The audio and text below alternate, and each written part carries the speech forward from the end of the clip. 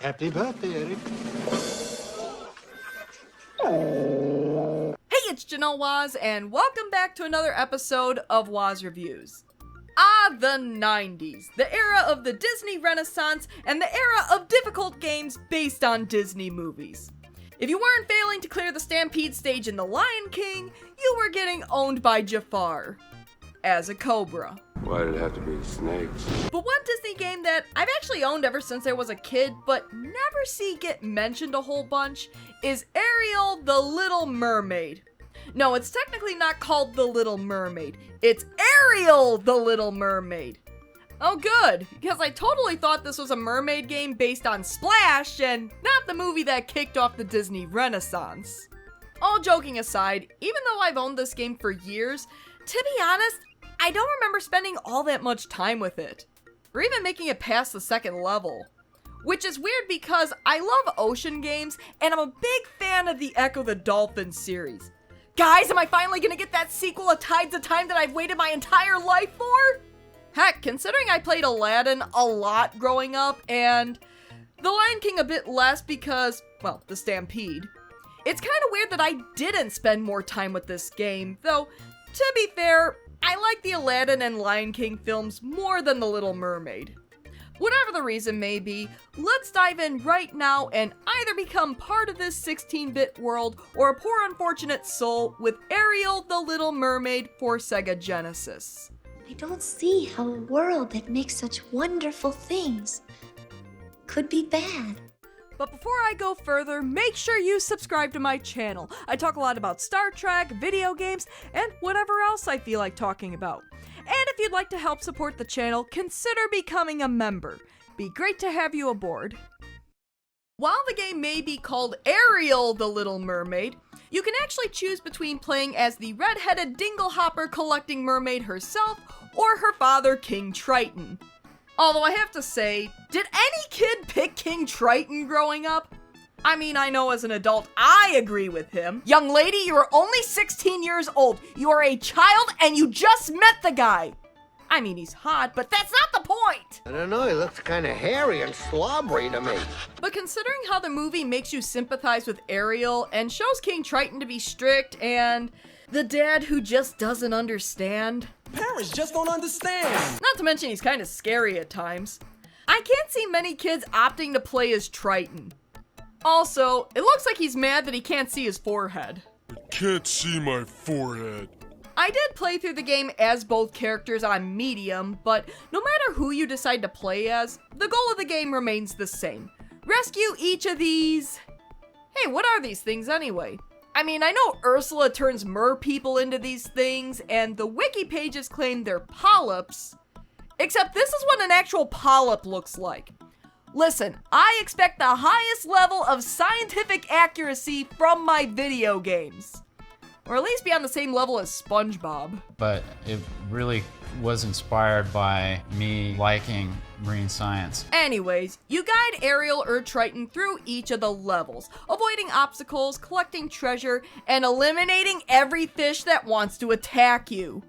Basically, this could have easily been a Chef Louie simulator. Fun fact though, Chef Louie is voiced by Odo. Have fun with that knowledge. French is the language of love. First I cut off their heads and I pull out their bones. Ah mais oui, ça c'est toujours délire. The only major difference between playing as Ariel and playing as Triton is their attacks. Ariel's normal attack is Deadly Song. Well, no wonder Ursula wanted to acquire it. It's a freaking weapon! Rule of Acquisition 17. A contract is a contract is a contract, but only between Ferengi.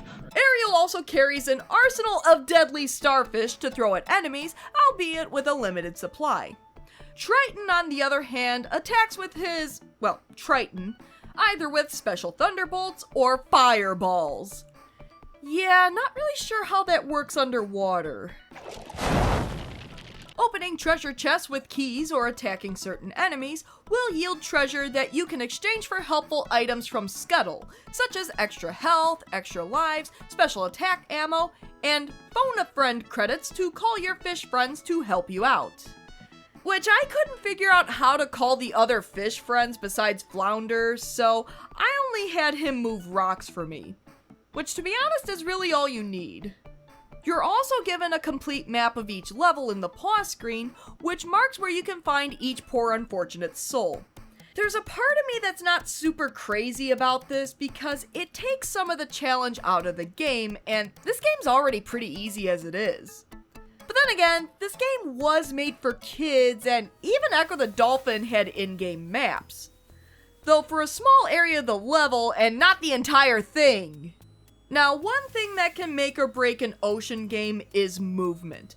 If you're playing as a dolphin, or even a mermaid, you should be able to move freely through the water. Dare I say it? The character movement should be fluid. Well, this ain't it. Ariel and Triton's movements are very rough, almost like they're rotating on a clock. Moving around corners or even avoiding enemies doesn't have the smooth movement I would expect out of mermaids. Or mermen. Or mermans. Now see here, you idiots, it's all your fault! Because if you hadn't... Granted, this is one of the earlier Disney Genesis games, and games like Aladdin and The Lion King came out a couple years later, so the developers had time to correct and improve gameplay. But this game came out the same month as the first Ecco the Dolphin game.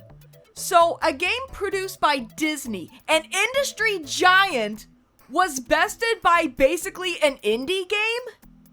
Yes. Say what you want about Ecco's difficulty, it's still being talked about over 30 years later. Don't get me wrong, I know this is a kid's game, even more so than later Disney games which have a much wider appeal.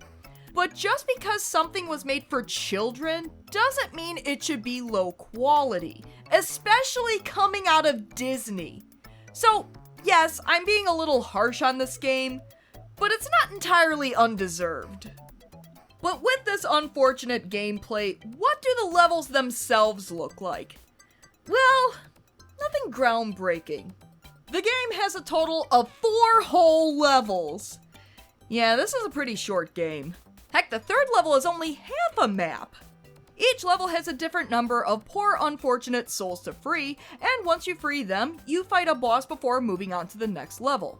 A simple, but not bad format. The game starts with the Reef, which is a pretty standard ocean level, nothing too crazy. Ursula's eels, sharks, sea urchins that fly at you, the occasional crab. Even rescuing the merfolk wasn't too difficult. It's a pretty basic level, but not a bad start to the game. Alright, I better head to the exit. Wait, what's going on? Why can't I leave? I'm right there! Okay, how was I supposed to know you're supposed to go through the rock? Especially when it looks like you can exit the level right there? Hey, I played Ecco the Dolphin. I know how it's supposed to work.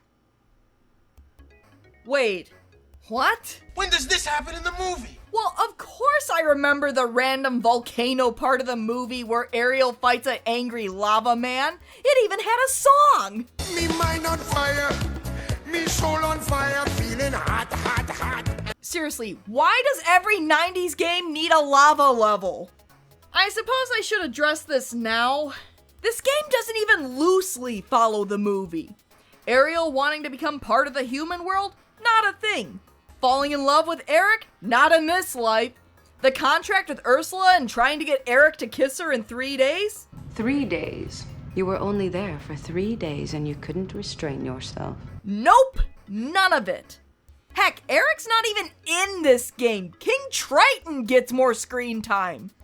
I'm not even sure you can claim this game follows the TV series. Ariel's showdown with Ursula was specifically a movie plot point. At least Aladdin and The Lion King followed their basic movie plots. This game doesn't even have a plot. They're just random underwater levels. Okay, at least the sunken ships level kinda happens in the movie and even includes the shark as a boss fight. The walking pirate skeletons, not so much. Wait, Atlantis? Not Atlantica, which we actually see in the movie. Atlantis. Were you guys trying to copy Ecco?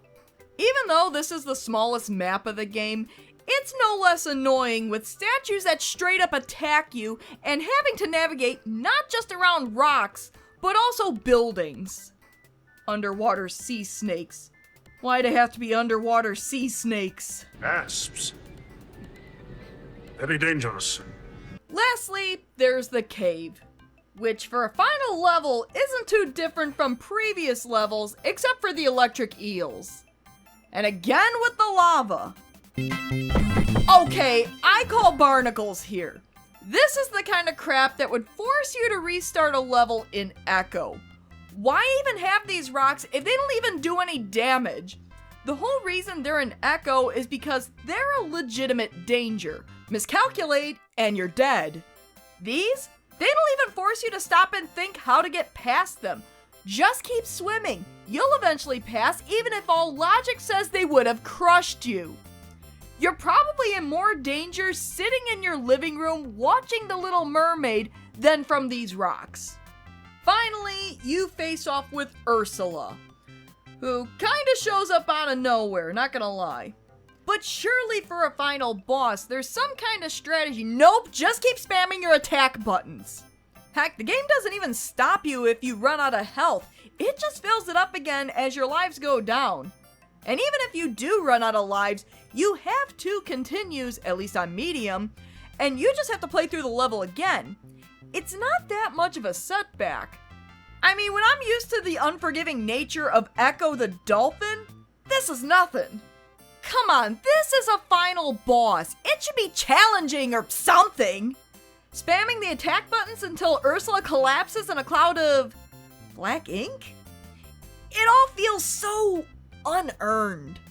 But defeat Ursula, no matter how unearned it feels, and you either save King Triton if you're playing as Ariel, or Ariel if you're playing as King Triton, and congratulations, you have defeated Ursula. No happily ever after for Ariel, and Eric is still being pestered to find a wife. And that was Ariel the Little Mermaid. And it's a poor, unfortunate game with clunky controls, uninspired gameplay, and doesn't even remotely resemble the movie outside of the character licensing. Not to mention, it hardly poses a challenge if you're above the age of 6. Now don't get me wrong, I understand this is a kid's game, but that's all it is.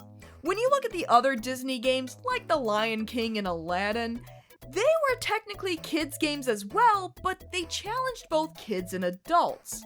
Most importantly, they were simply good games. Again, I want to reiterate that just because something is aimed towards kids doesn't mean it has to be low quality. This, on the other hand, is pretty disappointing. Even Ecco Jr. was better. And you don't know how much it pains me to say that. At least Ecco Jr. gave the player puzzles to solve and moved smoothly. This is just pathetic. And it's not like there's no potential in a game based off The Little Mermaid. Disney has proven it can adapt its other movies as games in the following years after this game's release. But sadly, whether it's in the ocean genre or the Disney genre, this game deserves to stay under the sea. My poor little poopsies. But what about you? Have you played Ariel the Little Mermaid? Did you love it? Did you hate it? Heck, did you grow up with it and have fond memories of it? Was I too harsh on a kid's game? I mean, probably, but was I? And what are some of your favorite Disney games? Please, leave comments below and discuss. As always, thanks for tuning in to another episode of Waz Reviews. If you like what you see, why not give my video a like and subscribe to my channel? Tell your friends! Until next time... And get that fish out of the ready room.